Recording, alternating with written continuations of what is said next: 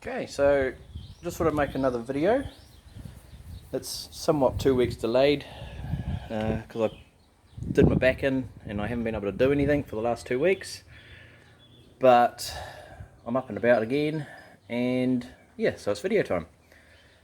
So last time this thing wasn't going and I couldn't figure out what the hell was going on because it had previously worked. I don't know, probably a month ago now, I rewired all the loom. So where the loom comes down now is on the side of the dipstick tube. You can see one main feed loom goes that way, out towards the back. And that is because I moved the PCM from under the driver's footwell kick panel side over there, because it was interfering with the brake regulator down there. So now the cables are going to run along here, and PCU is either going to sit here or on the underside of here. I haven't quite decided yet.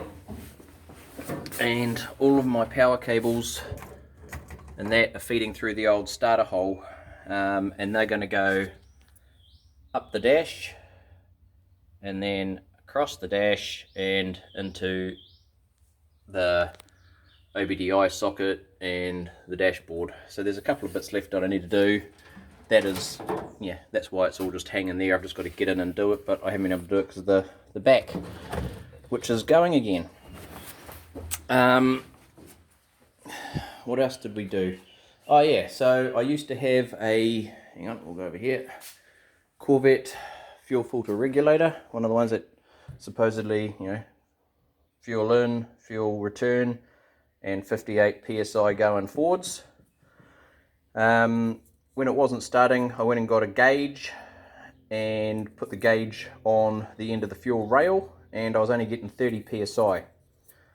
So that pump here, or that filter there should I say, has literally got about, I don't know, 10 minutes of runtime, and it's already dead. And no, I'm not going to send it back to Summit over in America. It's just not worth it. So what I did, I got rid of that and I went back and got a VT Commodore from 2000, just a straight through foot filter. So it comes out of the tank, down the chassis rail to the filter, and into the Deatschwerks, it's supposedly meant to be able to do 1,000 horsepower fuel regulator. That's all just sitting there at the moment. I've got to go and tidy it up. After that, it drops out and comes back the return line, back to the tank, along here. You can see the line there. And then, sorry, I'll try and keep this steady. At the moment, I've still got my fuel gauge in there. So when I prime the system, that goes up to 58 psi on the nose, and out of the fuel gauge, up to the fuel rail, and we get 60 psi, and everything works. So a couple of other things I had to change were the spark plug leads. I got rid of the factory spark plug leads. One of them might have been a bit dodgy, and I had to change one of the spark plugs because that happened, I don't know how, but so I had to get a new spark plug. So while I was at it, I changed the spark plug leads, put some socks on there, and basically tidied everything up. I've hooked up the air breather cans. I've just got to get a bracket to hold that all out of the way now. But yeah, that's all ready to be tidied up, and it does actually run, and it starts on the turn of a key now. So whereas before I used to have to kick and prime and bitch and moan, nowadays I can just turn that, it primes, the fuel pump is done, and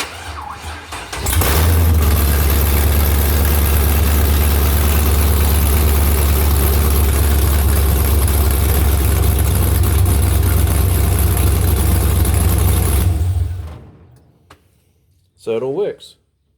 It's bloody loud on the open headers, that's for sure. So in 2 weeks time it goes off for the exhaust, which is a couple of Flowmaster 50s, and There's my wiring loom mess of wires. Where are they? There they are. Got my Flowmaster 50s down over there. And we're going to have them, either the exhaust will be coming out of just underneath that, and we may be able to get it, I've got to talk to the exhaust man, either coming out the back, because I do have a rear panel coming in from the States, and I reckon it would look pretty cool coming out just under the rear panel. But yeah, that's being done Monday the 30th. And the only thing I've got to do between now and then is fix up the throttle cable. So the original throttle cable I had was a VT Commodore one that went from the throttle pedal to the cruise control, traction control box. And then 2 wires went out, one to traction control and one to the throttle body.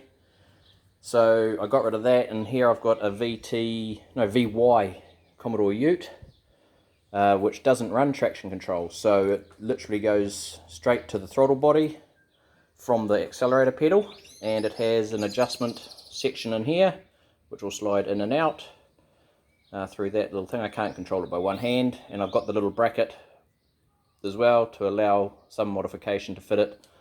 So I just got to do a little bit of hybrid work to get that now to fit up on there, but the cable's the same length and that other cable used to fit, so it's just a bit of playing around, and I should get that cable up in there as well, and then we'll have a throttle pedal.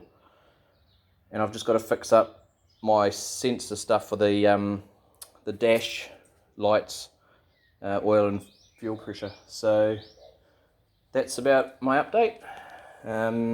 Next time you see or hear this going will probably be once the exhaust is fitted in 2 weeks' time.